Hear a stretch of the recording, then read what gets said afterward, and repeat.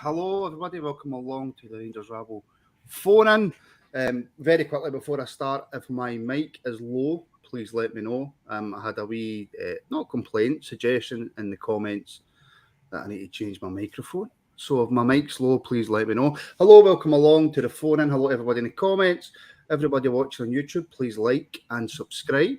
I heard Mark done a fantastic job with his introduction on Wednesday. His computer goes down doing my intro, which is always handy. So yeah, if you're watching on Facebook as well, please give us a share and a like, and of course on Twitter, give us a wee retweet, a like, and get your comments in. Get your comments in on Facebook, Twitter, and YouTube, because I can see all the comments, and I'm going to keep plugging the hell out of this. If you're in a position to be able to afford to support the show, please do support the show by joining as a member. Link is in the description. There's two tiers, $1.99 and $2.99. We have already used a lot of the membership money to sponsor young Darren McInally and the B team for the season. We hope to do more and put all of that money back into Rangers. And of course, that will help support us as well in getting press access, which can deliver better content to yourselves. So if you're in a position, please do help support by joining as a member on YouTube. Hello, Mark. How are you? I'm good, mate. How are you? I'm okay. You've done about 4 or 5 shifts this week. I'm a busy boy. I'm offshore, but so I've got much else to do. I sit in my room at night, so the only thing you missed was your OnlyFans. You never. I don't have OnlyFans. By the way, I'm thinking about creating one because apparently there's a lot of money in it. Maybe money be made, innit? Go for it. Very much so, very much so. Elaine, coming to us live from Jamaica. How are you? Yeah, I'm very good, thanks. Very good. Yes. Do you fancy explaining the tree in the background? Yeah, just on tour. No, I'm sitting in my dad's, unfortunately, not in Jamaica. I'm in sunny Carmunnock near East Kilbride. But I wish I was away, but, not to be. But at least that means that I'm back for the game tomorrow. So every cloud. That's all that matters. That is all that matters. So, yeah, the phone lines are now open. Ian, I seen you phoned in there, buddy. Sorry, I was doing my introduction. And if somebody interrupts my introduction, then it throws me off kilter. But I tell you what I'll do, Ian. I shall bring you in right now. Ian, how are you? Oh, is he gone shy? Or has he gone shy? Or is it my fault? Hi, can you hear me? There you go. Ian, how are you? Can you hear me? Yep, can you hear me? Can you hear me? I think Ian might be having some technical difficulties by the sounds of him going, can you hear me 16 times? I don't really want to go over the European game too much because we've done our reaction. We had our wee Rabble Extra on Wednesday, fantastically hosted by Mark. But in saying that, Elaine, we haven't spoke to you for a while. So do you fancy just giving us your quick reaction to Tuesday? Just gutted. Didn't really see it coming. Was really looking forward to it after such a good run in Europe last year. It kind of feels as if we've undone quite a bit of the goodwill that the squad had built up. I think we've always got. It wasn't to be underestimated, and I think a few people did think that it was going to be a bit of a walkover. It was a done deal and we were already looking forward to PSV or Monaco and figuring out. The reality was at this stage, it's never going to be totally easy, but we should have played a lot better. I don't think anyone particularly saw that bad a performance. And sometimes in these games you get where a couple of your big players don't turn up. You don't often get everyone not turning up. And I think from front to back, that's the worry because there just didn't seem to be really anything that got me excited. It's left me tomorrow, Kilmarnock, totally different kettle of fish. It's at Ibrox, starting the season. But there's no doubt that we need a big performance. We don't just need a win, we need a big performance. And it's the worst possible way to start off a season. That said, at the end of the day, I'm not going to go if I've seen a couple of people totally slating some of the new signings, writing them off, they're not going to work. We take time. We saw from Lundstrom last year. Let's hope that we get a good result tomorrow. Let's hope that the crowd can do their part as well on Tuesday. Surely we can't play any worse. Famous last words, but surely we can't play any worse. And yeah, hopefully we just press on. Get the bad result out of the way early, and yeah, we'll be back on form, hopefully. Right, well, I am going to try and bring in Ian again. Ian, are you there? Yes, guys, I am here this time, and I can hear you. Sorry, you can hear me, but I couldn't hear you. I am now here, so no problems now. Woohoo! There you go, Ian. What would you like to say, buddy? Well, let's just make this very quick. Less said about Tuesday, the better. Oh Jesus. Okay, so what a good bit of news today we saw today. I was having a bit of a normal, boring day and all that, and then I check online and I see news that El Buffalo is back. Let's just say that that put a good smile, a grin on my face. What can we say? That's good news. Tomorrow I just want us to absolutely go out and absolutely smack Kilmarnock all over the park, because let's not be around the bush. They're newly promoted. They haven't got they're not an outfit that should be testing us at home. We should absolutely put a whooping on. This is a chance for us to have one of those 4-0 wins, because last season we didn't do enough of that. And we should be establishing early kind of dominance over the league to set out our marker, because that's what those lot across the road did too much. They won 4-0, 5-0 too much. So we need to really put a marker down in this one. And I forgot to say hi to everybody else, Mark, Elaine, all of you guys. How you doing, buddy? Can I just say, actually, that's a fantastic point, and Mark, I'll take that to you. Last season, obviously they won the league. We weren't good enough to win the league, but one of the big differences was the goal difference. They put a few teams to the sword, and I can't remember the last time we done that. So coming off the result on Tuesday, Mark, get into tomorrow, I don't think an okay performance and a 1-0 win, like Elaine said, is going to cut it. No, I think we do need to put a performance in, but I think that the difference between us this year and last year, and it's kind of obviously a wee bit of caveat because we're kind of just getting started now. So, but last year we never really had goals for midfield at all, and I think that this year, this summer, we have kind of sorted or addressed that. And I think that the players that we've brought in have got goals from midfield.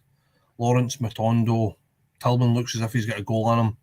So I think that there's no that much reliant on your centre forward. So I'm hoping that this is going to be the case moving forward. So fingers crossed and everything starts to click. Then, I mean, as I said, these guys like a shot. Lawrence likes a shot from outside the box.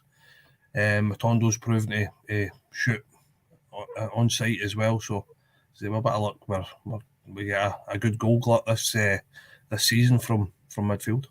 Can I just say, before you jump back in there, Ian, Rangers EXE 899 super chat on YouTube. Thank you so much for helping to support the channel. And like I said in the intro, we've put that money towards sponsoring a youth player. We're looking to take out a media package with Rangers as well. So all of your money that comes in is going to a fantastic cause. So thank you so much, Rangers EXE. That is much appreciated. Ian, I know what I've just said, right? And I'm well known for completely contradicting myself. So I'm going to do it right now. We have signed, 3, 4, 5 new players. Do we need to give them a chance to bed in? Yeah, I know your point, and on Mark's point as well. Midfield, yeah, they need to chip in with goals as well. But yeah, on the signing thing, I saw Mark. Forgive me, I hope I get his name right. Mark Hatley. Is it Hatley? The legend. I've said it right, haven't I? Yeah, Mark Hatley. Yeah. I was a bit surprised with his comments about Cholar, because let's be fair. The guy's only been in the door 5 minutes. It's like only being in a new job for like 5 days, and people are saying you're doing a bad job. Well, let him bed in and all that. It's a different kind of league to wherever I forget which league he was playing in before, but yeah, the new signing is like sometimes teams sign a whole bunch of new players and they click immediately, and sometimes they just take their time. That's football. Sport is unique in that context, especially team sports. And yeah, they need to bed in. It's Rangers and they have to bed in quick, but I backed them to do it. That's why we start. I imagine they were signed because we all knew they could do it. So that's what I could say on that matter. They will come. I bet they will come good. I believe so. We've seen some signs of it. Oh, listen, you've got to give players time. Ian, I'm going to have to let you go Yeah. there, buddy, because I've had a couple of calls come in.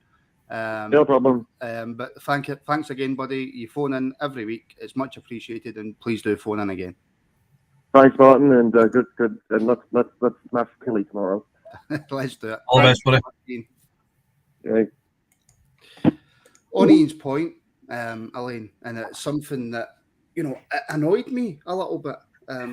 Although I haven't read the article and I haven't seen it actually come out of Haley's mouth, so I don't know if it's 100% accurate. But everybody's talking about it, and if it is true, what Haley said about Čolak, it's out of order. Yeah, I mean, I read it, and there is a wee bit of clickbait about it. Haley said this. If you read it, I think he was more talking about the performance of the night, rather than it being personally. Although you can interpret it either way. It was words along the effect of, it's a waste of time. Now, I think he was trying to say on the night it wasn't working. It was a bit of a waste of time. And the thing for Čolak is that I kind of do feel a bit sorry for him, because the way we play without Morelos is we need someone who has a bit about them, who can sort of bully defences. It's fine if people are saying, Čolak's going to be a classic poacher, a penalty box player. That's great if he gets the service. The reality for us is if we're being pinned back and we don't have any ideas and we're just lumping balls in, he's not getting service, and therefore it is quite harsh to jump on him straight away and say, he's a dud. We need to. It's a tough one, because we do need some of our players to bed in quickly. We need to give them time, and we need to not get on their back. That's one thing about Kelly tomorrow is if we're not 2 up in 20 minutes, we can't have the crowd, every ball going out, jumping on them, because actually so much about this is confidence. So much about football is confidence. The players don't need us on the back. Molly agrees.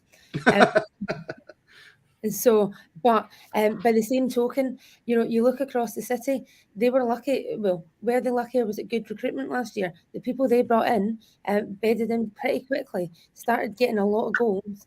They didn't start the season off well, but they did, especially in January, brought people in that changed it. And improved them. And we need some of the players at least to bed in quickly and to make a big difference to the team. Can I just quickly say a massive happy birthday to Nicholas Moore from the South Wales Loyal.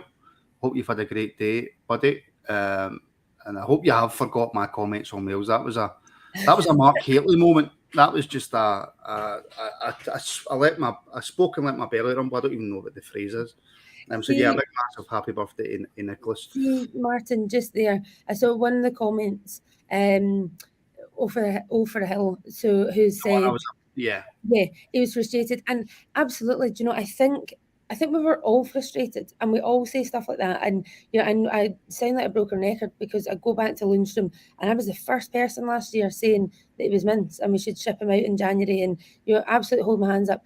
I just think that as an ex-player, you're in a position where you should be slightly more careful, and I think that it isn't massively conducive to a good team environment to have ex-players who know, and it's not as if Haley hit the ground running, so exactly. A bit pot kettle. So I just think it's not massively conducive or massively helpful to have an ex-player kind of starting to chip in with that. No, he should know better. I was going to come to Mark, right? But as usual, when either Mark's talking or I'm going to come to him, we get a phone call. Now, I'm going to let everybody try and guess who the phone call's from. It is from... Who is it, Mark? Who's on the phone? All right, Martin. How you doing, buddy? Gary, how you doing? I thought it was going to be your mum, Martin. Very good. I'm okay, Curry. Are you phoning to get in on the debate about Čolak? Or you want to talk about Tuesday? You want to talk about tomorrow? Or you just want to have a right good moan? God, no, I could have a right good moan.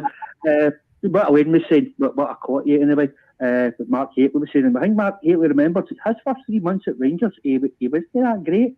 It wasn't until he was paired up with Alan McCoist that he actually started to come out in his own. So I don't know why he said that. As Elaine said, it might have been took out of context. I didn't hear what he said. I didn't see the quote or anything. I only seen on the usual social media. So you can take it with a pinch of salt if that's how he said it and what he meant. So you just need to wait and see. I'm really disappointed with a lot of the fans at the stick that a few of the players are getting. I think Cole get absolutely nothing fed through to him. He won ball like they made a bit of a. Curry, Cholak hasn't had any service in any game that I've seen. Aye. I don't think people should be laying the blame down on him. Nope. And the same with John McLaughlin as well. I think that shot, maybe people are saying, "Oh, maybe he should do better." It was within the shot was within the 6-yard box. It deflected off of Goldson's leg. I mean, you say if he pulled it off, it would have been a wonder save. But John McLaughlin saved us by getting a 4-0 drubbing. He pulled off 3 good saves. Yep. So I don't know why people are having a go at him. I think we need wholesale changes in the midfield. I never ever want to see Jack and Kamara and Lundstrom in the midfield ever again, playing in that type of system, because it was garbage. It was absolute garbage. It was all that tippy-tappy, side-to-side stuff and negative football. But you're not going to win games if you do that. I think, sorry for saying this, Mark, I think it was you that said it, mate, and I hate having a dig, as you know. If you keep the ball, then another team can't score. Well, we kept the ball and they get the ball practically 4 or 5 times and they nearly scored with every single occasion. No, Curry, it was the me that said that. Mark, was the me that said that. A few points made, Mark, by Curry there. Yeah, no, I'm probably with Curry, actually, believe it or not. I think that the 3 of them are far too similar to be playing in that middle of that park. I think different if we're playing somebody that's a team far superior, i.e. Barcelona, Juventus, then yeah, or play defensively. Play 3 kind of defensive-minded midfielders. But for me, there's got to be a creative central midfielder in there somewhere. And I think that when we play teams that, no offence to them, but if we're playing teams that we should be beating, I think that playing 2 or even 3 of these guys in there is just madness. For me, you need a defensive midfielder and somebody that can go box to box, and number 8, or a creative, somebody that is a good passer of the ball, that can make things happen and can dictate the pace of the game. And that's not what happened on Tuesday night. It's just no. And I don't know what Gio was thinking. I think we can probably put to bed this that Glenn Kamara's a number 10, because he's not. And I don't think he wants to be a number 10, to be perfectly honest. Yeah. He's got a skill in the world. And lovely touch, technically probably one of the best players in the team, technically. But he's not got that. You need to have that creative vision.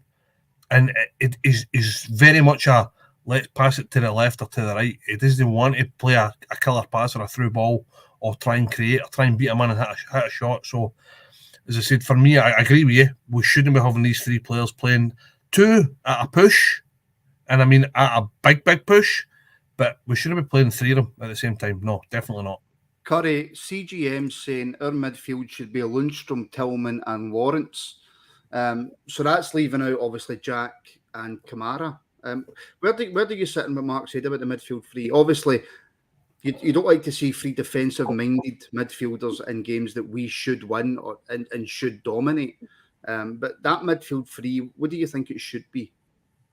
Well, the second, obviously, is Lundstrom. He's there no matter what. I think you'll see bigger changes for the midfield when, I don't know about you guys, I'm pretty sure everybody will say the same. Borna Barisic has played himself out the side. Yeah. I'm fed up with everybody saying, oh, he plays in confidence. How long has he been at Rangers? You're playing for a side as big as this and you can't get confident? Nah. I don't want to. I want to see him be on the bench, and that's at minimum. Is it I can't even remember his name. Is it Yeoman? His name? Tillman. Yeah. Oh, Yilmaz, sorry, the left back. Yilmaz, sorry. Yes, thanks, Martin. Yilmaz, he was on for the last 15 minutes. I don't know if anybody was watching. He made 3 or 4 runs that meant with the outside into the inside, and every single time, not one pass was put through to him when he was opened, when he managed to get by the player. That really got on my goal. That was on the night when I was watching it. We've got that many options in midfield that we could use. I mean, we've still no talked about McCann could come in there. Lowry, another one who would have thought could have played a game. Everybody, I know there's a few in the chat that don't like him, but I think if Fashion Sakala would have done a brilliant job. Right, Because at least he tries. I can tell you that obviously Alex Lowry's been out with an injury, and I watched him in the B team game. He got 45 minutes. I spoke to the manager after the game, and he said no, he's doing okay, but he still needs a few more games before he's ready to come back into the first team. So that's probably the reason, Curry, why Lowry hasn't played in the first team this season. But as I say, I think one of the biggest things will be probably Timmy Borna probably getting a rest for the foreseeable future. Get the new guys in, see how they get on, and hopefully they can absolutely smash it, especially against Kilmarnock. Keep my fingers crossed that not only do we win, but we get a convincing one. That's the only thing I can ask for. I want to see them show a bit of oomph, because that was pathetic on Tuesday. No, it really was. It really was. Curry, mate, I'll have to let you go. I've had a few calls come in, but thank you for phoning as usual. And I've got at least you've gave me 2 or 3 talking points. Now should nobody phone in. Right, no bother, my man. Now you take it easy. Have a good weekend, guys. Cheers, Curry. All the best. Yeah. Elaine, that's. I mean, I hadn't even really thought about it because I've been covering quite a few of the B team games. I actually missed the European game because I was at the B team game, and I'll miss tomorrow's game because I'm covering the B team game, which I'll come to shortly. But Yilmaz and Borna Barisic, where do you stand on that? Is Curry right? Has Borna played himself out the team? Yeah, do you know, I think he has, and I think it's fair to say that he has had a good few chances now. In the season where we won the league, obviously he was hitting a really rough spell until we scored. He scored that wonder kick at St Mirren, free kick at St Mirren, and then sort of pushed on from there. He went off the boil last season. That's obviously when Bassey came in and got his chance. Then he was probably a wee bit lucky that with the emergence of Bassey, but Bassey sometimes playing centre half, that he came back in, and they did play. He did play or did factor, but I think the performance last night, the performance on Tuesday just does rule him out. I think he's had so many chances now that it's consistent. It's consistency. See, when you look at our back four, we need a settled back four. We need a settled back four that are consistent and that are going to be the core of the team. You need people, you need our defenders having confidence in each other. You need to be able to trust them. You need to be able to, or they need to be able to at least trust each other and build up that relationship. If Goulton, obviously Goulton and Tav are mainstays, they're potentially, it looks as if they're playing with a different goalie. It looks as if McLaughlin's going to be the number one. We'll be quite interested to see if Kelly, if we start McLaughlin against Kelly after what I think was a mistake for the first goal. I thought that was poor. I do agree that he did come and he saved us on a couple of occasions, but I thought in general that was poor. But we're already playing with a different centre half and potentially, a different left back. So we're going to have to stick with one. And I think Yilmaz, we paid good money for him as well. We need to, we're not paying that sort of money to have someone on the bench, even if he's young. We're gonna be playing him, and I think Borna's not done himself any good whatsoever. So plus dead giveaway if he's doing the press conference. I actually forgot about yesterday, and straight away was like, oh, that's him starting on Tuesday. But of course, I think he's the dead cert to start tomorrow, and we'll see what he's made of. And to be fair, when he came on, he did look a wee bit positive, a wee bit as if he was trying to, difficult to have any real major impact on that game because of the way it was going. But yeah, we'll see tomorrow what he's made of. Right, well, we have Carol on the phone. Carol, how are you doing? I'm doing fine, Martin. First thing I want to say is kudos to Curry Muncher for mentioning Passion Sakala in the last show, the last call in, because we missed that guy on Tuesday. And kudos to you for remembering Shibo, because the guy we've got up front doesn't put in as much work as Shibo done or Itten. I'm sorry, I'm sort of in, what's his name, the Mark Haley's camp. He said 6 games now. Is that right? Or 5.5? Right. You can run all the front line, but if you've not got the ball and you're no influence play, as Bill Shankly would have said, if you're no influence play, you should have been on the park. Yeah, but you can guarantee yourself, Carol, that if Bill Shankly had Cholak up front, he would make sure that his midfielders and wide players fed him the ball. That's right. That's another thing I was going to say.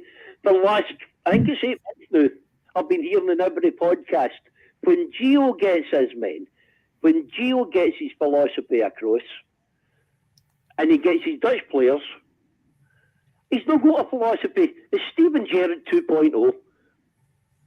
That's my opinion. I mean, I was disgusted on Tuesday, you know.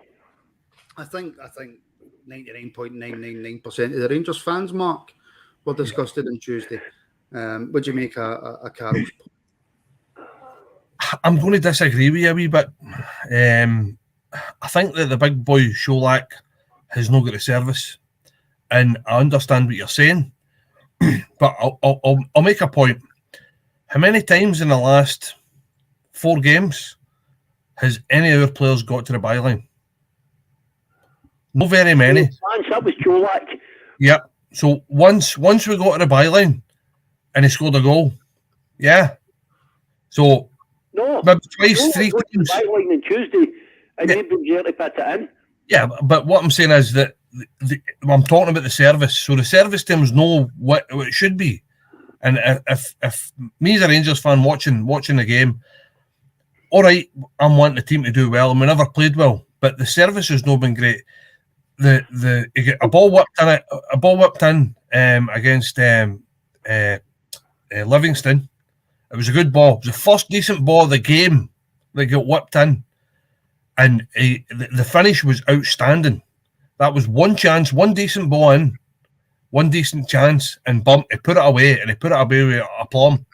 So the second time he's outside. Well, for me, it wasn't outside.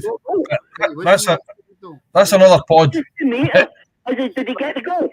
No, but what I'm saying to you is, right, the boys just came to the club, right? So you don't know his circumstances.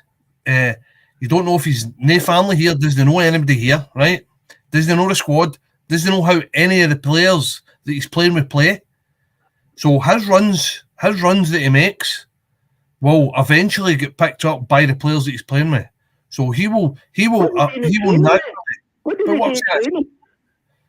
But what I'm saying is, it's different in training than it is on a pitch, on a 11-a-side pitch. I know but that. What I'm saying is, they should be fitting that sort of doing in training. If you've got to play with a guy, you've got to know what he's doing. No, I understand that. Out there and let him stand like a lamppost. But you can't get the boy. The boy's not going to hit the ground running after 2 games. I mean, you need to give the boy a chance. As I say. Hold on. Oh. He's away. I think he's gone. No, but look, Elaine, people make their minds up about players all the time. You're on mute, by the way, just so you know. People make their minds up about players all the time. My whole point is, listen, Cholak might turn out to be not good for Rangers. You know, people may be right. I just don't think that we can judge him so quickly. No, and you know, was he the worst guy in the park on Tuesday night? See if he was the. Tell you what, I'm going to give. Sorry, Carol's just phoned back in, so his phone went dead. So I'm going to let him come straight back on. Carol, how you doing? I'm fine. My phone sort of died on me there. I totally agree with you, Mark. But we can't keep making he's away from him. He's away from this. He's away from that. I used to work away from him. I had worries in my head. You can't have all that. He's playing football. He's getting money. You can't make excuses. You're thinking of what's in his head. You don't know what's in his head. I don't know what's in his head. No, but the manager's there to tell the players to do a job. And if he's not doing it, I mean, come on. Carol, what I would say to you is he's played 2 competitive games for Rangers, right? The first competitive game he played against Livingston, he got 1 chance and he scored it, and the linesman was rang. It was a perfectly good goal. The second, the second competitive. Hold on. The second competitive game he played for Rangers, every single player was shocking. So for an ex-pro to come out and say he's a complete waste of time, for me personally, just my opinion, is bang out of order. I think he's bang out of order, but he's not showing much. He really isn't, Martin. He's not showing much. And I'm not in this. He's not like Alfredo. But that's a different thing. We've got to be able to change your team. No, listen, I get it. And I think also the issue that he's had is that, unfortunately for him, he's been the only fit striker we've had at the start of the season. Aye. Is there any word on Ryan Jack talking about eggshells? Ryan Jack? You know how he gets stood on? Aye. I've not. Mark, have you heard anything about Ryan Jack, Elaine? No. How does that sit with you, Carol, Ryan Jack in general? You know, when he plays, great player. But I tell you, Toby, now, actually. It's just, he just seems to be injured all the time. That's what I say, he's just an eggshell, man. I like Ryan Jack, you know, I think he's a great player, but we can't afford any more injury-prone people, Martin. No, we can't. That's the big worry for me. Carol, mate, I love it when you phone because it's honesty, and I like a wee ding-dong battle. It's great. So they are, but hey, enjoy yourselves. I'm taking 3-0 at the weekend. 3-0. Ryan Kent put in another flat cross in Arfield to make it a good one. Right, so Arfield's your first goal scorer, Carol, is that right? Is that what I'm hearing? Aye. Right, do you know who my first goal scorer is? That means we're not scoring to the 75th minute then. That's a disaster. Carol, good night. Carol, before you go, do you know who my first goal scorer is? It's away. You've got to say Cholak. There you go. That's Cholak. For the weekend. Right, sorry, Elaine. I'll let you come back in on your point about Cholak. No, do you know, I think we've said all there really is to say on him. We need to give him time. He's a totally different player to Morelos. It's not a like-for-like comparison. He's not going to lead the line in the same way. Was he the worst person on the pitch on Tuesday night? I wouldn't say so. If he was, you know, if it was a case of the whole team are great and he got service and he, you know, if he missed gilt-edged chances, absolutely. But we're early. The other thing is that we need to adapt. That was the one thing that I was really surprised about. Gio has managed previously in games where we've not done that well to change it. And it didn't change. And we were all screaming for subs. Like, surely, and I know he did make his subs and we eventually got there, but the subs themselves, they didn't really change it. I thought we'd come out firing in the second half. I thought, you know, a bit of hairdryer treatment at half time, really get them fired up, change the shape. And it was just more of the same, as if we kind of, dare I say it, as if the players kind of had the same attitude of, they thought, you know, we'll get there, we'll get the result, and it's not a disaster if we go back, you know, with a draw or whatever. And there was no urgency for me. I really don't think that we can pin it all on Cholak. So we'll see. We might have this conversation, you know, see if we're sitting in September or in October and we're at the same place where we're thinking, right, okay, actually, right, he's not, you know, he's not got off the mark in the league, and then absolutely we can sit and have this conversation. But, you know, a striker is only going to score so many if they don't get service. So I really don't think that we can be totally writing them off just yet. And again, as I'm about to come back to Mark, we have another caller. Andy, how are you? Well, thanks. How was everyone? Not bad, buddy, not bad. What would you like to say? I wanted to move away from Antonio, but I find it absolutely crazy. There's so many people getting on top of him. Yep. You know, he's played 3 games. You have to remember, he's scored in 1. He's had a perfectly legitimate goal ruled out against Livingston. It boggles the mind to see the negativity around him. I don't know if you saw the same thing that I did, but there was a statistic or a heat map of all the balls that went into the box and all the balls that were played in and around Cholak against Union on Tuesday night. And the lack of service he's getting just now is frightening. It's criminal. I think we've seen how good he can be in the air with that goal that was disallowed against Livingston. And like Buff or like Kamar, feed him, and he'll score. But that wasn't actually my main point tonight. I wanted to move away from Antonio because I just think it's crazy. But I wanted to get everyone's opinion on the left back situation. Borna, again for me on Tuesday, looked like a passenger. He looked nowhere near ready for starting at left back. And I think, you know, is it time that we kind of put him to the side and give Yilmaz his chance from the start tomorrow? Mark? For me, Yilmaz starts. I'm sorry. I like Borna. Do you know what? I think when he plays, he can be a smashing player. We've all seen him do it. He's crossing when he's on it. His crossing is amazing, second to none. But we're flogging him to death. I think we just need to give him a rest, take him at the squad, give him a rest. I think the young boy Yilmaz, he looks apart for what I've seen him. He looks as if he's a right good player. He looks as if he's quick. He looks as if he's quite a skillful player as well, and he looks as if he's a decent crosser of the ball for what I've seen, and he looks as if he's no shy of getting stuck in. So for me, I think that the boy Yilmaz is going to start, and I think he's, as long as he hits the ground running, or even, I mean, he doesn't even need that. He just needs to be better than Borna as it stands at the minute. So, but for me, if he hits the ground running, this boy is got the potential to go on and be a great player for us. I think we're not spending that kind of money on somebody that's not been properly looked at. So I think he's going to be a smashing player for us, and he's definitely he's a shoe-in for tomorrow. Can I just say, you know, there's loads and loads and loads of good Rangers content out there, loads of brilliant Rangers podcasts. But when Rangers decide to go live at the same time as you, it's rather frustrating. You know, Rangers, how could you not have just held off? You know what I mean? But no, Rangers will go live and the Rabbles on. That's exactly what we'll do. Elaine, you've already kind of had your say on the Borna Yilmaz situation, but I shall let you say it again if you come off mute.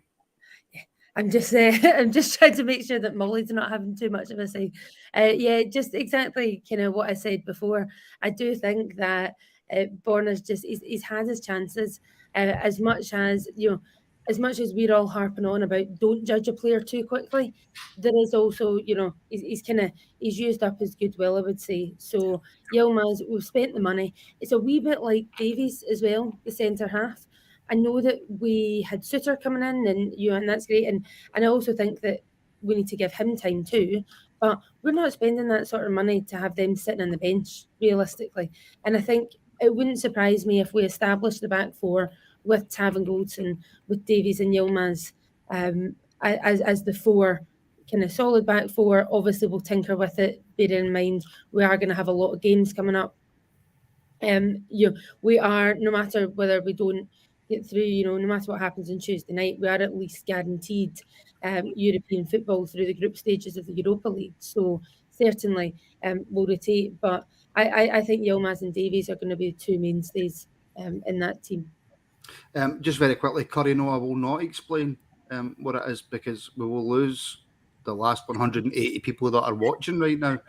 So no, I will not. I'm trying to find out as well. So see, we're even losing one of our panel. Andy, you asked us our opinions. A, do you agree? And B, what's your opinion? I think I saw someone in the chat earlier on saying that I couldn't agree more. Is that Borna looks absolutely lost when Kent isn't ahead of him. He almost, you know, looks like a small child that lost his parents at the supermarket. He just doesn't know where to turn, where to go, and he tends to panic. And it's not just going forward, but tracking back as well. He's made too many mistakes defensively now that I think he needs a spell where he gets put to the side and Yilmaz comes in and shows what he can do, and hopefully in turn that improves Borna, because he won't want to be sitting warm on a bench. No one does. Mm-hmm. But yeah, as Mark said, 100%, we can't go out and spend the type of money that we're spending on players like Yilmaz and not start them. That's absolutely spot on. My other point was, quickly before the missus gets home, was centre-back situation. Again, we've heard about Shooter's fitness issues. I appreciate he's had a family bereavement and he might not be available for tomorrow, and we wish him all the best with that. But it's at times like Tuesday night when we had to suffer through James Sands at the back. You think we had a stable replacement in Leon Balogun, who is still available. An ongoing international footballer, knows the club inside and out, knows he can do a job, and yet it's been cast aside. It just baffles me to why we haven't retained him. Mark, baffling why we haven't retained Balogun. We brought in Davis, obviously wasn't fit enough. Yeah. Suter, listen, anybody who loses a family member, it's really, really tricky. We've got Leon King there as well. What's your thoughts? I like Balogun, but I think that we've got enough to cover. I think for me, Leon King would if we were struggling, rather than Sands. But it's a strange one as well, because I say it all the time, we are fickle as fans. So he played decent. Sands played decent one game, and all of a sudden he must start. And he's not the greatest of games, and all of a sudden can't he play him at centre half? For me, as I said, I think that they've got faith in Leon King, and I think that he, for me, is where the cover's going to come from.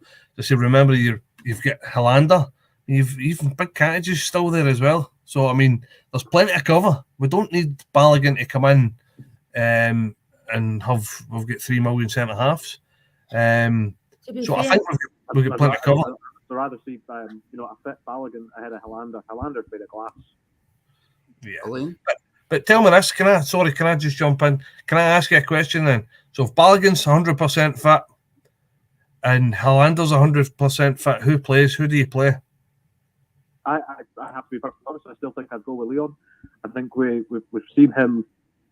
I think he's a lot quicker on the turn than Hollander was. Hollander looks slow. He got turned inside out a few times. I can't remember who by, but it was one of the Old Firm games. He was just left behind. I don't think, Andy, that Hollander is as slow as what you think he is, by the way. Anybody can get turned. He's not the fastest, don't get me wrong, but he reads the game really well. I think actually we forget, because he is so injury prone, and maybe that's a bigger issue than how good of a player he is. But I genuinely think we forget that he's actually a really, really, really good centre-back.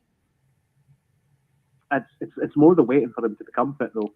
How much longer do we give him to prove his fitness and to become an established member of the squad? And I bet he's not on a small wage either. I mean, he came for a lot of money from Italy. 2-3 seasons ago. I think I saw a statistic saying he's played X amount of games over 3 seasons, and in the same time, we had players last season who played more games than him when he's been here for 3 years. And that's not sustainable for a club like Rangers. We can't have players. We can't have passengers, unfortunately. That is the point. Well, yeah, just to your point, it's a wee bit like saying Roof's a great striker. Roof's conversion rate for the games he plays is brilliant. But there's no point in having a brilliant centre-half, a brilliant striker, if they're not fit. We all went over it last year with Jack, saying, oh, he's done his injuries. Then he came back into the team. He was really good. And it feels as if we're now kind of swinging back to that, saying, but if you can only maintain a couple of months, realistically, for the money that they're on, we need consistency. We need players who are going to be fit. For what it's worth, I'd have kept Balogun. I think that he was reliable. He was a bit of a squad player, absolutely, but reliable. I think, I don't know what he was on wage-wise, but I presume it would have been a fairly cheap to retain him.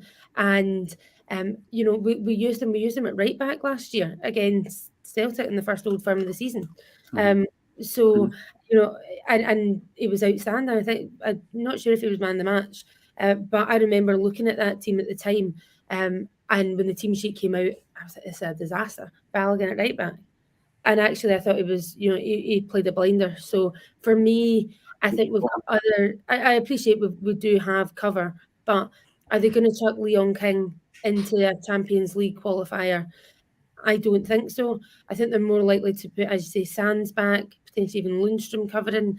And I just think we had a ready-made replacement, especially when we knew Hollander was injury prone, when we knew it was going to take time for new guys to settle. And obviously Katic has been told that he can go. So you take him out the equation if we can get someone to take him. So we'll wait and see. But no, I would have kept Balogun. I also, just as a personal thing, and I know that it's not about that, I just really liked him. I thought he got it. And I know that it doesn't, at the end of the day, it comes down to more than that. But his message when he left, he was just someone that got the club. And I think the more of the people that you can have like that around, the better.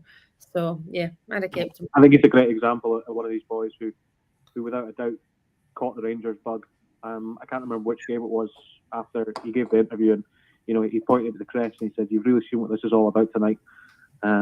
I think he was one that absolutely loved being at the club, and I was certainly disappointed to see him go. But as Mark and Elaine say, we do have cover there, we do have numbers at the back, but I just don't think it would have hurt us to have someone to rely on like Leon was. He was dependable. I certainly liked him. Good at corners as well. I've seen him score a couple from set pieces, and that's something, again, so far this season it looks like we're going to be lacking. Well, if it's any crumb of comfort, Andy, you're starting to kind of change my mind a little, and that's not very easy to do, so fair play to you. Thank you very much. Thanks very much for the phone call, Andy, and as ever, don't be a stranger. Absolutely not. Thank you for having me on again. Cheers, buddy. Speak to you soon. Take care. Bye, guys. Bye. Elaine made a point there, Mark, and it's not even crossed my mind. Would we throw Leon King into a European qualifier? And I suppose I would imagine that the answer to that question is only if it was, the last option that we had. So why is he part of the first team squad? Well, I think that he probably is part of the squad for that eventuality. I think that's the whole point. He's in the squad to gain that kind of how the squad works, what's expected of the squad, how the squad plays, training with him, and looking to kind of get more game time. But for me, for what I've seen of the boy, I think he's a smashing player. I really do, and I would not have any qualms putting him in as a centre half in a Champions League game. I really wouldn't, and that's saying something, because I just think, and the reason I say that is his composure. See the composure the boy's got. So for me, that tells you that there's an old head on a young shoulders, because it just looks so composed and it doesn't look as if anything ruffles him. So for me, I think that more than anything would let me go, well, if we really need to, I have no qualms with him. And as like you said, he's part of the first team. He's part of the squad. So obviously Gio must think highly of him, or he wouldn't be training week in, week out. And let's face it, he started the game last season as well. It's 1.5. So can I just very quickly say, Jim and Kirky just tried to phone in. Jim, if you hold on 5 minutes, because we have Ian who was waiting on the line, and then after Ian's finished, Jim, if you phone back in, we'll get you back on. Ian, how you doing? Hi, Martin. Hi, guys. Thanks for taking my call. No problem. I've just been listening, over the last 10 days or so since the Livingston game about how bad the players are being and not being up to standard and everything. But nobody's mentioned Gio's tactics. Mm-hmm. And I thought Gio's tactics in the last 2 games have been horrendous. We were absolute mince against Livingston, and he didn't make a change at half time. It was 66 minutes before Gio made a substitution in that game. Criminal. That was absolutely criminal. Well, I'll put that point straight to Elaine. Elaine, how much flack does Gio need to take for... I only seen the first half against Livingston. I'm not going to lie, because I had to go and cover the B team. But obviously for Tuesday night, How much flack does Gio need to take for his tactics and his overall organisation? Yeah, do you know, I think that the blame has to, especially for Tuesday night, has to be at his door as well. Because if you see something is so obviously not working, you have to change it. And we've got options to change it, and we didn't. And the thing is that there's having trust in your team, and then there's also just leaving it too late. And it kind of smacked of that we were going to end up waiting until it was 2-0 before we made a change. And we were lucky, did we make a change before? I think we did make a change before, so we did. But yeah, I thought it would change it. It was one thing that last year I thought that he was good at. I thought that, especially in Europe, that we set up well, and we did change it. And I just thought he was totally wrong. I thought it was the wrong team. It was too defensive. It was too safe. And do you know what? I think we just got found out. So I was. The players obviously have to shoulder some of it, but Gio's there to change it. Gio's there to pick the team, and I think he got it badly wrong. And it's one thing I remember last year is sitting thinking, right, Gio, you got 5 subs, for the whole game, not for the whole season. We can start. We don't have to wait until 70 minutes. Remember Walters did it, and Gerrard was bad for it initially as well, not changing it. And it surprised me. So Gerrard was one for saying he trusted his team, and that's fine. But actually, see, when our backs are when we're playing against it, I think we're a really easy team to play against, especially if a club nick a goal. I think we're really easy to set up against because we do this passing round the back. We do, especially Goldson to whoever the other centre half is, backwards and forwards. We can do that all day. We needed a spark. We needed something to change it, and we didn't get it. So hopefully it's not something that's going to play out for the remainder of the season. Well, I was going to ask Ian, does that worry you? Even in Tuesday night against the Belgians, I mean, we were playing 5 at the back. Literally playing 5 at the back and 2 in midfield. I mean, there was so much space in the midfield, and after 12 minutes we get thrown. They just started to high presses, and we couldn't cope because we couldn't change the tactics. Barisic is out on the left there, and he'll get the ball at the 18-yard line. He'll run to the halfway line and stop and come back because he hasn't got an option to pass it because there's nobody there because we've only got 2 in the midfield. And then you'll get Kamara coming back to get the ball, and he's got the ball looking for a pass. He sees Barisic, and he won't pass the ball to Barisic because he knows it's a nightmare. What I mean? That's one way you put it. Actual setup and Gio's lack of action, and to me, it's more worrying than the product that we're getting out of the players. They're going out in the park and playing to his game plan. If you're playing 5, how can you possibly play 5 at the back against a team that's been out of Europe for 50 years and has a manager that's only been in the job for 3 games, and they totally outthought us and outplayed us? That's tactically, and managerial. That's not acceptable, in my opinion. Mark, I agree with you. I think that he's definitely got it wrong. I think we done a kind of post-mortem, me and Kerr, the other night, and that was kind of one of my questions. What went wrong basically? And it was it tactics? Was it too many changes to a team before a big game? I agree with you. I think you get his tactics really, really wrong. I think that personnel wise as well, I think that he kind of played far too many new boys as well that kind of probably weren't up to not up to speed as such. But I think what I'm trying to say is that the too many players hadn't played together, and for such a big game to fling young boys in that of this first competitive game. So I think you got it wrong. I think that for that game especially, it should have went tried and tested. maybe played Scott Wright, maybe played Arfield. That's what I thought he would have done. But I think that he's obviously trying to play his players and it's his team, but he definitely got it wrong, 100% got it wrong, and hopefully it's part of the learning process and he learns from what he's done. So, as I said, I don't understand why all of a sudden in a Champions League qualifier we go to 3 at the back, but we go to 3 at the back, no with 3 centre halves. We go to 3 at the back with 1 centre half and 2 centre mids. Bizarre, madness. But the 2 centre mids weren't playing centre mid. Yeah. So I agree with you 100%. As I said,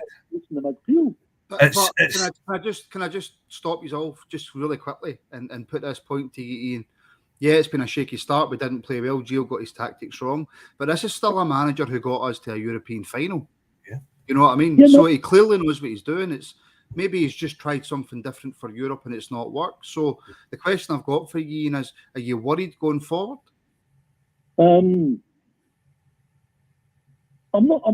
I'll reserve the answer to that until Tuesday night, Martin, because he seriously needs to have a rethink about his tactics.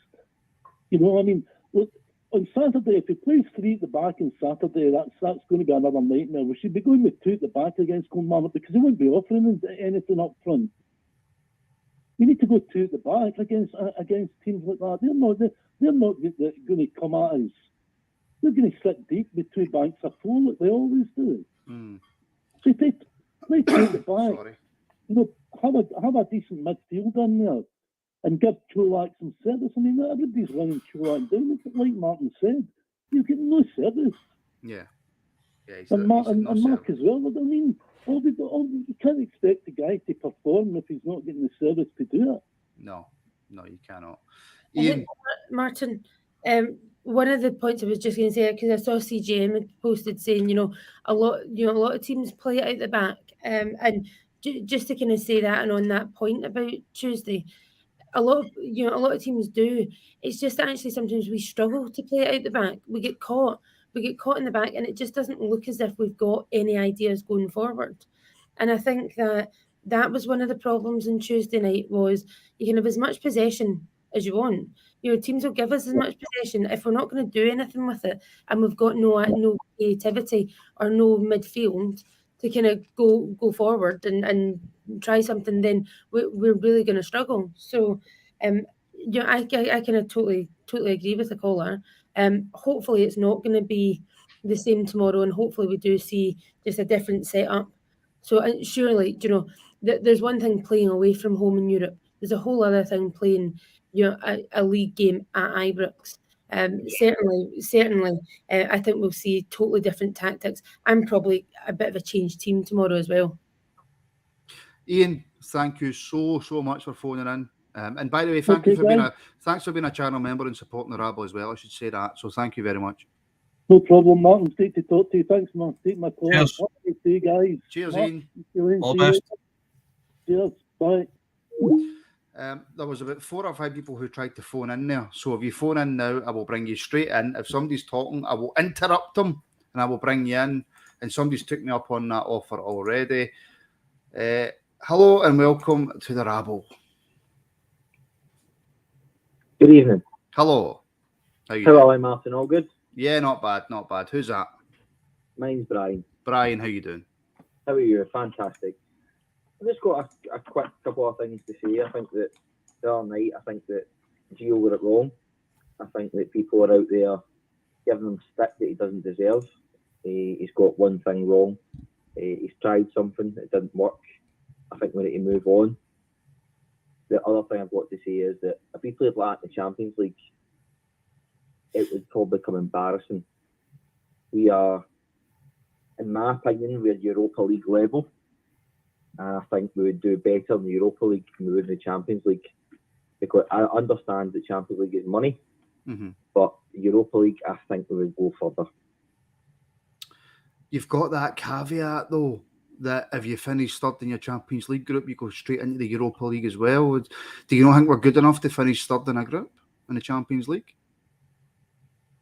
After the other night, from what I watched, no. But I think we do have the team. I thought that Ryan Jack looked very lethargic. I thought he looked injured, to be honest with same Matondo. And I thought we missed that spark the other night with somebody like Aribo or Bassey to physically run at a team. I was very surprised that Wright didn't come on at half time, to be honest with you. And who would have ever thought there would have been Rangers fans calling for Scott Wright to come on? Is that the position that we've got ourselves into now, Mark? I think we're kind of getting a wee bit Are carried we away. overplaying one kind of really bad Yes, result? I think so. For me personally, I think that we are going to have bad results throughout this season. It's a given. We are not going to win every single game and play brilliant in every single game. I think we're all frustrated. We've been so good in Europe over the last 4 years that we were expecting big things on Tuesday night. With new players, everybody excited, crest of a wave. We look good. We were expecting big things. Look, it's happened. It's done. We need to sort it on Tuesday. We need to move on. I think that Gio, we all agree. I think everybody agrees that Gio got his tactics wrong. Gio needs to learn from that. I think he's probably learned a lot about some of the players as well in a Tuesday. And I think also on the other hand, I think some of the players have learned a lot as well, because I think that some of the newer players must be like that next day. Wow, what's going on? We're getting slaughtered. So, and that's just something that the other boys in the team are just going to go, look, suck it up, because that's how it is. You better get your finger out really, really quickly. I say, and this is a massive game. We know a draw is a nightmare. A defeat's a catastrophe. So the sooner that these new boys start getting that and start getting their socks up, then the better. As I said, it's done. Let's move on. We're not going to be great every single game of the season. Let's put it down as a bad game, bad night in the office, bad tactics. We will not be as bad as that tomorrow or Tuesday. Mm-hmm. I'll put money in it. Can I just ask, and Brian, I'll take this to you. Are we maybe, as supporters, doing a disjustice? Is that even a word? An injustice, not disjustice, injustice to Union? Are they maybe not perhaps a better team than what we're giving them credit for? In my opinion, I honestly thought, I was like, who are we playing? And then I looked at their stats from last year. I never knew they were actually top of the league at any point at all. I knew they finished second. And I looked at them this year. I think they're an absolutely great team. I really do. And I think that people, not just us, I think everybody probably across Europe is totally underestimated them. I honestly do. I think they're great. I think that young boy from Brighton, I don't know his name, he's absolutely fantastic. But again, we've totally underestimated them. We really have. Because we've not heard of them, totally underestimated them in that game, 100%. So do you think? No, see the fact that they were second. I think they were second because of the way that the Belgian league is, and it's mental because they were actually top, and then they do a mad split, and I know that we do a split as well, but I think theirs is a wee bit more bizarre, and they were probably unlucky. It almost goes to a playoff, doesn't it? I think they were 6 points clear when that happened. And then they go to a playoff for who actually wins the league or whatever. So, realistically, over the course of the season, they were probably the best team in Belgium. I'm quite unlucky not to win the league. So, I think it's something that we do a lot, and we've played with the big boys that. To an extent, with some of the results last year. Yes, it wasn't it wasn't Barcelona or whatever, but we played some really, really good teams and we had some brilliant, brilliant results. But that's probably meant that we are slightly complacent, and also teams that we haven't necessarily heard as much about, who don't have the big superstar names, like Jude Bellingham, whatever. And we thought, Jude Bellingham's come to Ibrox and we've kept him quiet. So who are these? Unfortunately, that's the thing. If you want to play in the Champions League, no one's getting a shot at that if they're mugs. And I think there definitely was one team, but they got there because of us. But yeah. Well, yes, but that's all our own doing, isn't it? So, no. And the thing is, if we want to play in the Champions League, I think I think Colin's totally right. Europa League is realistically our level. I Yeah, think we Financially, it's our level. I don't like this expression. If you make it to the Champions League, then the Champions League is your level, right? Regardless of where you come from to get there. Financially, the Europa League is our financially. if we make the Champions League, which would be brilliant, don't get me wrong, absolutely. There's no one who wants to be there in Ibrox and hear that music more than me. I would absolutely love it. I would love to think that if we got there and we have the money, we are going to invest some of it, because at the moment, honestly, that team, and this isn't a knee-jerk reaction from Tuesday, this is just, I would say the same even last season and season before. We get to the Champions League and play some of the really, really good boys, we get hiding. I don't know. Imagine we I played don't know. like that against a team like Chelsea or Man City or Real Madrid, we would get embarrassed. I honestly could not disagree more. There's ways and means to set up your team against teams who are much, much better than you. I don't subscribe to this notion that we don't play like the way our neighbours across the road play. We don't open up and go and try and attack teams and then get thumped 5, 6, 7-0 off the big teams. 9 times out of 10, if we play a Chelsea, a Real Madrid, a Barcelona, of course they beat us, right? Of course they do. But that doesn't necessarily mean that we're going to go into the Champions League and get absolutely slaughtered. Would you be upset if, obviously, if we get beaten Tuesday or we don't go through? It's quite upsetting. 100% agree with that. But would we all be upset if we did go into Europa League group stage and that's where we were? I wouldn't be so upset with that. Money wise, yes, but financially, yes, because that's the gulf and that's the problem. And it's not just the one off. It is with the amount that then we can. Definitely, yeah. Yeah. Can I give an opinion? And I don't usually give opinions. No. But I'm on a beer and a half, so I'm feeling. He's on a high now. I'm feeling confident. I've had a high horse. That's what he's on. I've had a can and a half of Heineken, so I'm feeling confident. Yes, I would be absolutely gutted, and the reason that I would be most gutted, and I'll be 100% brutally honest, we have been fantastic in Europe for the last 4 years.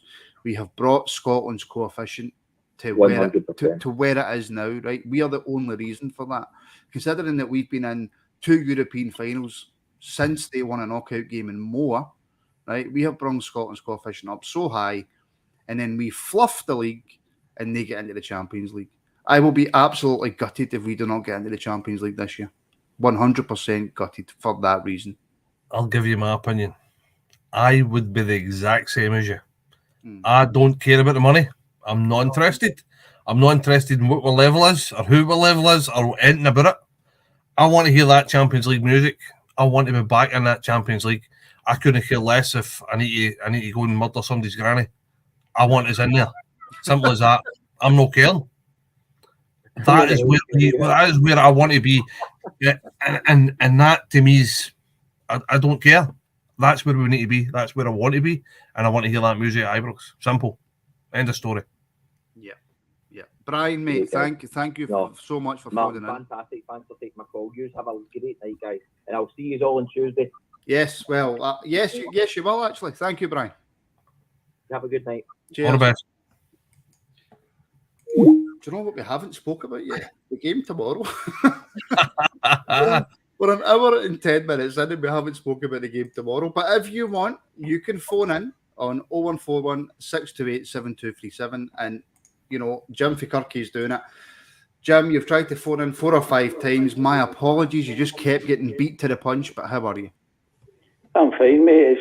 I'll quite be honest, I'm trying to get through to doctors now. But I think it says the show's successful. Oh, thank you very much. How you doing, buddy? I'm all right, mate. I'm all right. I've been listening to the show all night, obviously, and I think the biggest word in football is if. And if we do this, if we do that. Well, we're not a bad team overnight, right? We're definitely not a bad team overnight. What did go wrong? I think Mark's totally right. Gio made a mistake, got his tactics wrong. Rangers should not be playing with 3 holding midfield players, right? We shouldn't be doing that. And I totally agree with you saying about the Champions League. We're Glasgow Rangers. We are a Champions League club. Don't care what anybody says. If you get to Europa League final, you're good enough to play. If we won that, we're straight in. Mm-hmm. And we should have won the Europa League. We're straight in. That's that conversation finished.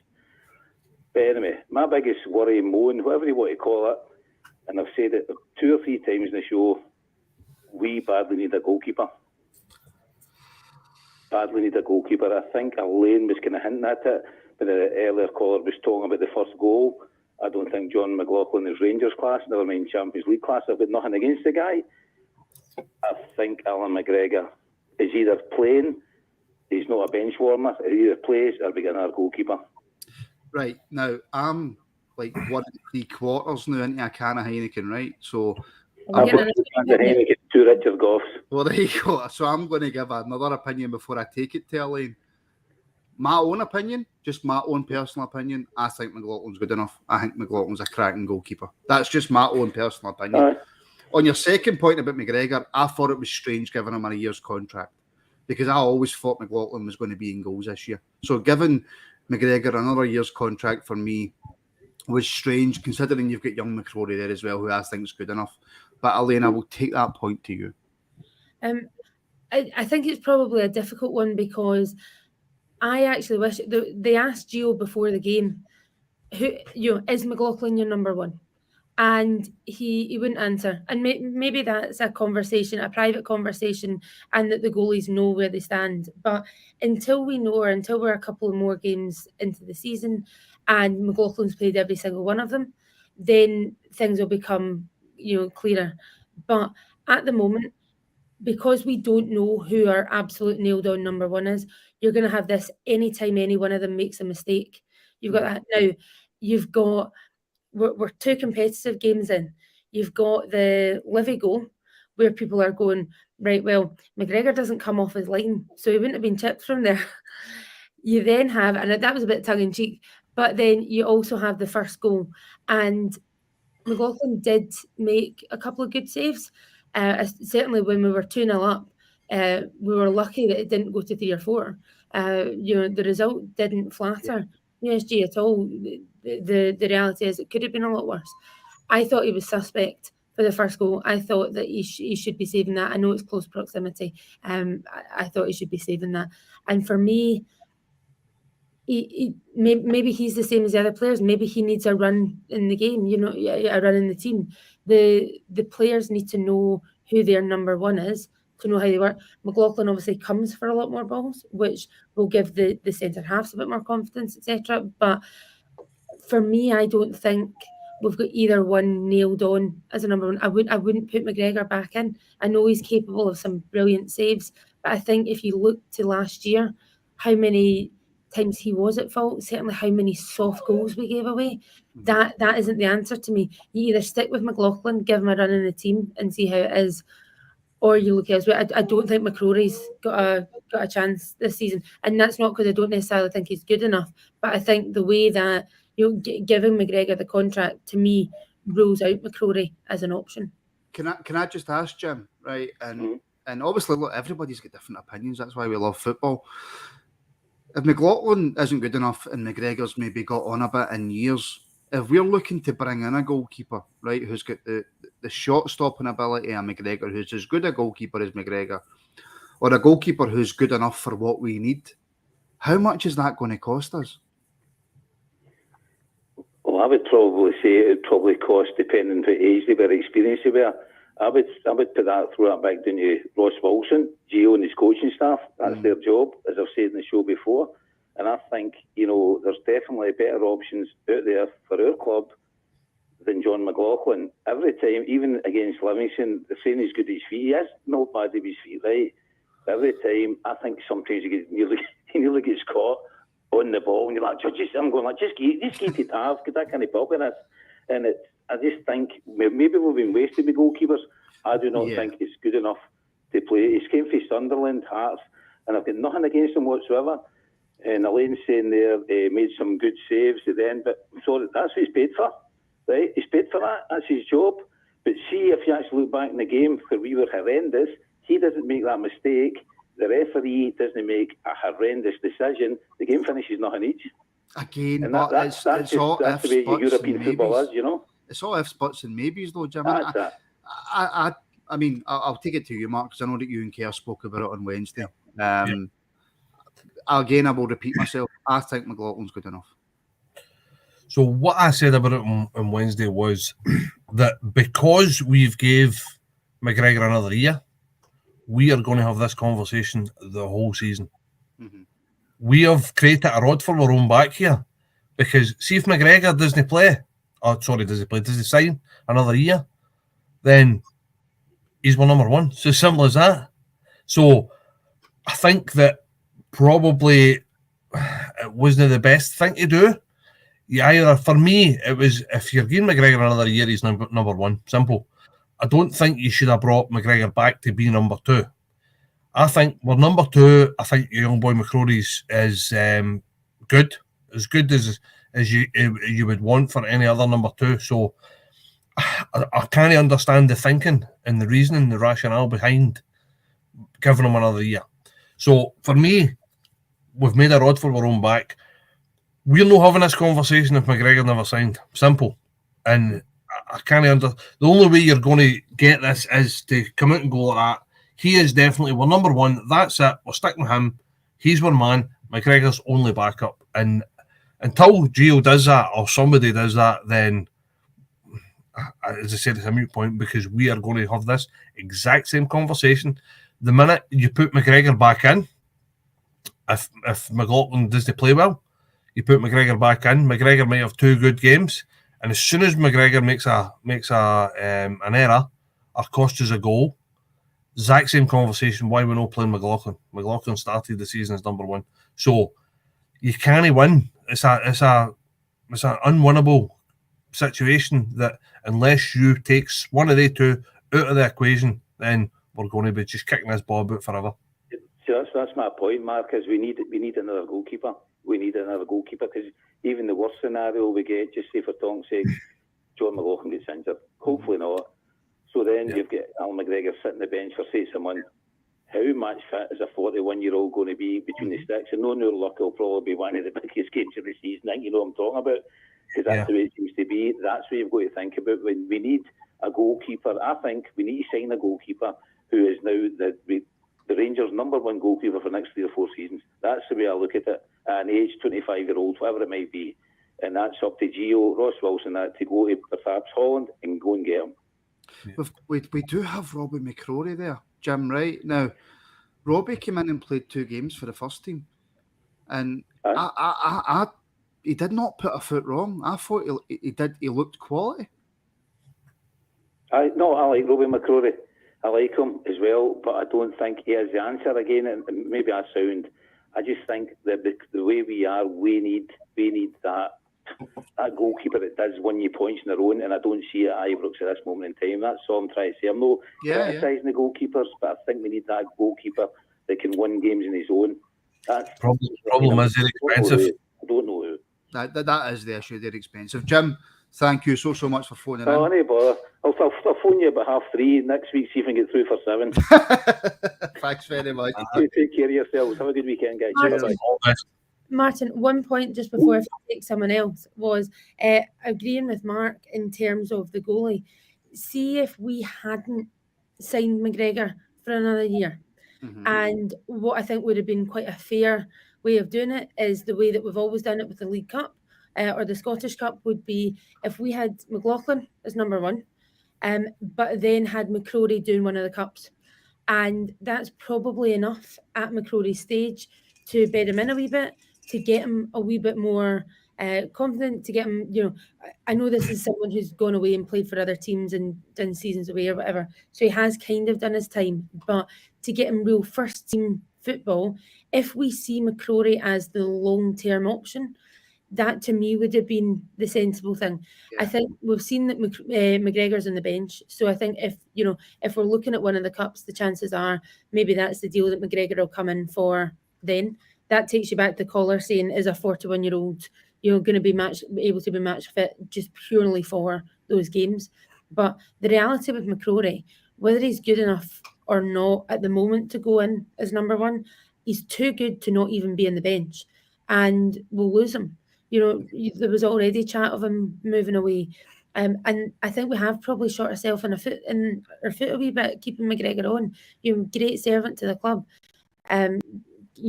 He pulled off some, one of the best goalies that the club has ever had. But keeping him around is probably, for me, one season too long, and might end up being a real backward step for the club, because we're potentially in the position where we've got the uncertainty over the number one, but we also potentially lose our number three, who a lot of people had previously seen as being the future. I didn't expect to be talking about goalkeepers tonight. I'm not going to lie, but we are. But Rangers EXC again, another $8.99 super chat. Thank you so much. Lotteries come up or something? Yes, he's on it. Well, he's on it, and obviously the content for the rabble is just too good. So again, thank you so much. Honestly, I can't repeat myself enough. Every single penny that comes into this club, one way or another, gets reinvested straight back into Rangers. So any money that you give us goes back to the club. And as I've said so many times now, we want to now, we feel the pod's got to a level, and we want to push that level even higher. So we want to get in on match days and be able to report to you from match days, speak to managers, speak to players, speak to board members, keep you updated. We will never change the way that we speak and the way that we talk and what we tell you. It will always be the same. But yeah, we would love that press access to be able to get in there and talk to you for Ibrox. Who wouldn't want to see Mark's big shiny head under the Ibrox lights? You know what I mean? Just honestly. So if you're watching on YouTube and you're able, because I know how bad it is now, and I've said it before, I'm struggling. Everybody's struggling. But if you're in a position and you want to become a member and you want to help the podcast, then in the description below, or sometimes underneath the video, depending on who it is, there's a join button. $1.99, $2.99. I'm hoping to bring out some member content as soon as we've got enough members to watch it. The last time I checked, we were on 44 members. So as soon as we get more members, then we'll start putting out some members content out there as well. So if you think that you're in a position and you want to help the podcast, then please do consider joining as a member. If you're on YouTube as well, please do like and subscribe. The likes really do help share the pod around. Facebook as well, give us a share and a like and a comment. And on Twitter, give us a retweet, a like and a comment. You can tell I've been doing this for a while, can't you? Where that just all kind of rolls off the tongue. Tomorrow, Elaine, we play Kilmarnock at home. We've kind of touched on it with a few of the callers, and of course, if you want to have yours, say 01416287237. And I suppose we should kind of repeat ourselves because it feels so long ago. Tomorrow should not be a case of a scrappy 1-0, 2-0 win. Tomorrow should be a bounce back and against a newly promoted team, and we should be going out there all guns blazing and put a few past them. Yeah, no, absolutely. I think in terms of tomorrow, you have the cliche about 3 points is all that matters, and at the end of the day, 3 points is the most important thing tomorrow. But I think going into Tuesday, we need a performance. We need the crowd to be lifted, because we need everyone coming in Tuesday right up there, right up for it. We need the players to be lifted. At the end of the day, I think I said earlier, football's so much about confidence. And you look at the team that won the league 2 seasons ago. We were so high in confidence, and I think some of the players have spoken about it, the fact that they felt unbeatable, and that was all part of it, because you also get that sort of fear factor as well. We need to go in, we need to be starting strong from the off. We need a good result tomorrow. We need just in general to get a bit of confidence about the team and the fans. Hopefully, some of the new players can get a bit, the duck off the back a wee bit and can settle in. And it's a good opportunity. Livy's a tough start. So to then get Kelly at home, that's a good opportunity to really push on. And again, just repeating what other people had said earlier in the pod, one thing that we have been guilty of is not, how many times have we seen it? We go 1-0 and then we start sitting deep and we drop back a bit. And then we make trouble for ourselves in the last 10 minutes where we're all sitting at the edge of our seats going, no, we're not going to do this again. What we need to be doing is putting teams to the sword, 2-3 up. And also with regards to Tuesday, you come up, you're 3 up at half time, or you get 4-0 up, you can start taking players off. You tinker with it. We don't need our full team doing 90 minutes of a hard slog tomorrow, where Kelly will be right up for it. Lafferty leading the line, we know what he can do. We don't need a hard slog tomorrow. We need to make it as easy as possible for ourselves, and just get off to a good start, get the crowd on side, and hopefully a good result that kind of gives us the lift that we all need after Tuesday. Can I just quickly say as well, I think Curry put a question and I meant to answer it and I forgot. He said, Martin, you watch a lot, and I can't find the comment now. Martin, you watch a lot of the B team. Is Zach Lovelace ready for first team football? No, he is not. He's 16 years old. He's playing really well. My own personal opinion, he will definitely be good enough for the first team. He's an absolutely smashing player, but he's still very raw. He still needs to learn. There's loads of things that he has to learn. He has to play games at youth level, and in the Lowland League as well. That will help him. He's a fantastic player, but there is still so much that boy has to learn before he's ready for first team football. Is there a possibility that he might get on the bench towards the end of the season? Maybe. I don't know. But as it stands right now, no, he's not ready for first team football. Mark, will we see many changes tomorrow? I think we will. I think he'll give a couple of the boys another chance. I think that on Tuesday night, a lot of players played themselves out of a starting slot. I think that Boy Davis will start at centre half, and I think Ridvan Yilmaz will start at left back as well. So there's 2 changes straight away that I think are definitely going to happen. I think there's going to be changes in the midfield as well. I think that Lundstrom's a shoe-in for me. He's going to start. It's who's going to start alongside him. I don't know. For me, I would put Davis in there. I think Davis has got a range of passing, can make things happen, can dictate the play. Up front, I would go Matondo again. I think he'll get another chance. I think that the reason being is he is, for me, probably our best right-sided attacking midfielder. I would like to see Tillman as 10, and I would like to see Lawrence in the left. I don't think Kent will be risked. I think that Kent might get half hour, but I don't think it'll be risked. I don't think it'll start.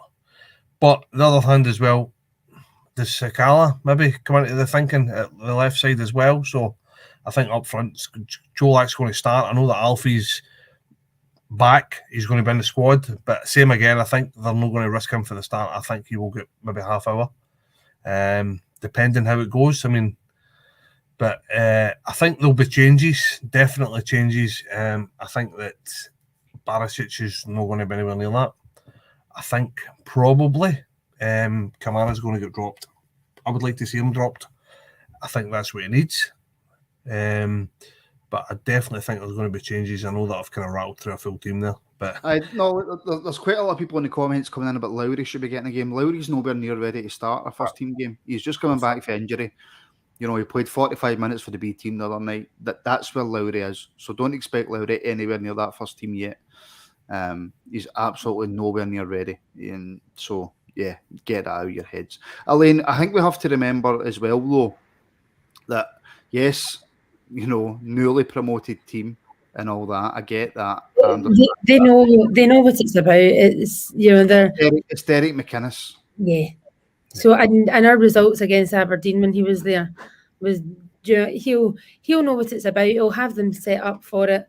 I'm not expecting it to be easy, which is why I think early goal would suit us down to the T, because early goal, and just don't let them sit 10 men behind the ball, because if we start to struggle to break them down, and if, you know, the players kind of get a wee bit nervy, etc., crowd get a bit nervy, you know, that's the last thing that we need, really. So I you know, they'll be well prepared tomorrow, but by the same token, we should be looking to take anyone at Ibrox. We should be, especially in the league, we should be looking to really not make a meal of it. I think it should be it should be straightforward. I think that they're definitely going to be organised, and they're definitely going to be well set up. I think they're playing a 3-5-2, or they have been. Right. So it's going to be a defensive performance, and I think that they're probably going to try and steal something. Yeah. I dare say that there's going to be a few, if the few of the new boys are playing, it's going to be a pretty good introduction to how the Scottish game is, because I dare say that there's going to be all sorts of lumps kicked out of them. But but you know what you're going to get with McInnes's team. They're going to come and they're going to sit in and they're going to try and snatch something. And as I said, you know that's going to be the case. They're going to be hopefully the first 20 minutes get the crowd on their case and take it from there. But I mean, there's talk of possibly Kent being fit and Alfie fit. Would you start Alfie if he's fit? Well, I was going to say, am I talking nonsense that I had seen somewhere right at the start of a couple of weeks ago that we were looking at Alfie potentially being out until October? And if we're saying that, I'm wondering whether or not there's perhaps a wee element of, now, obviously we're a professional team, you would like to think we're not rushing him back just to give the fans a wee boost, but I hope we're not. I hope, at the end of the day we have to be sensible about it, and there's no point rushing him back.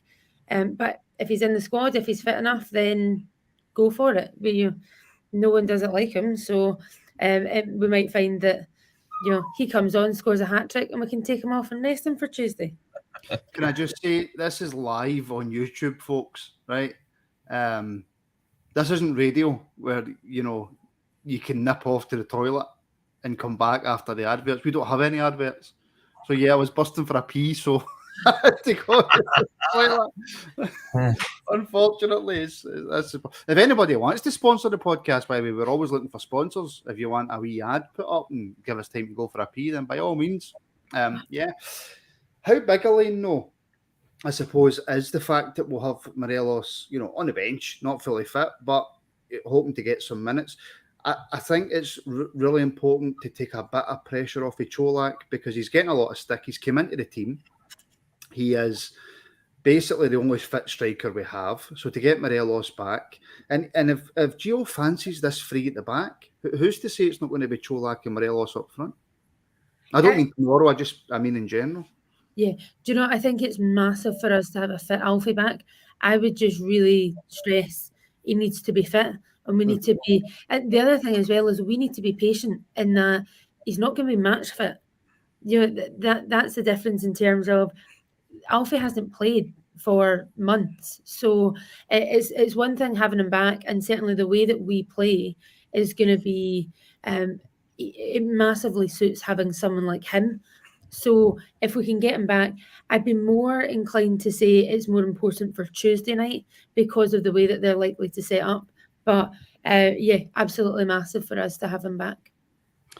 Yeah, absolutely massive. If anybody wants to phone in, now is your chance. 01416287237, because we'll be finishing up shortly. I'm very conscious that we've been on for an hour and a half, and it must be roasting in Jamaica, Elaine. So I will have to let you go shortly.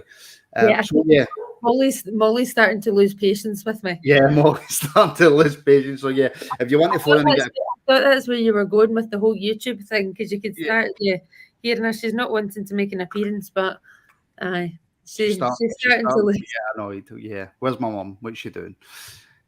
So basically what I will ask for predictions, and if anybody phones in the time that I'm asking for predictions, you will be brought on. If not, I will end the podcast there. So everybody in the comments, please get your predictions in, and I like a first goal scorer, so get me your first goal scorers. Mark, predictions for tomorrow. Predictions, I'm going to go again, Čolak first goal scorer, and I'm going to go 3-0 Rangers.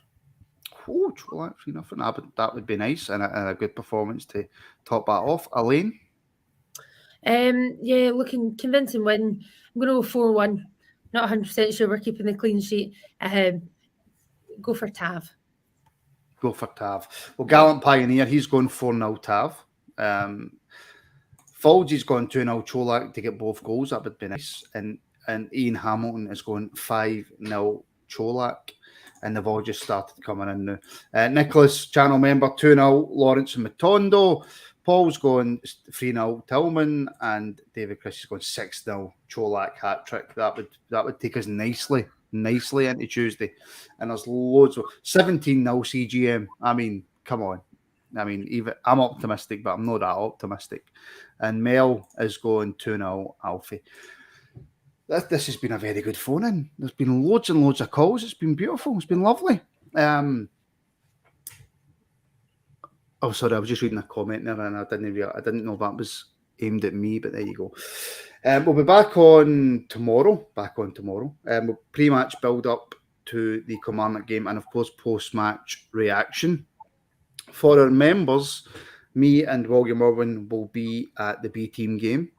And I'm hoping, if the technology works, for our members on YouTube to do a pre-match build-up from Dumbarton.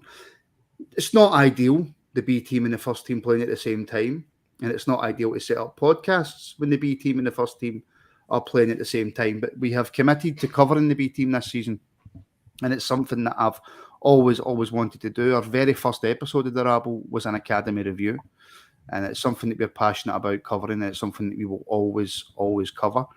So yeah, for our members on YouTube, hopefully tomorrow you will see a pre-match build-up to the B team game against Cowden Beef, who are in the Lowland League after all these years.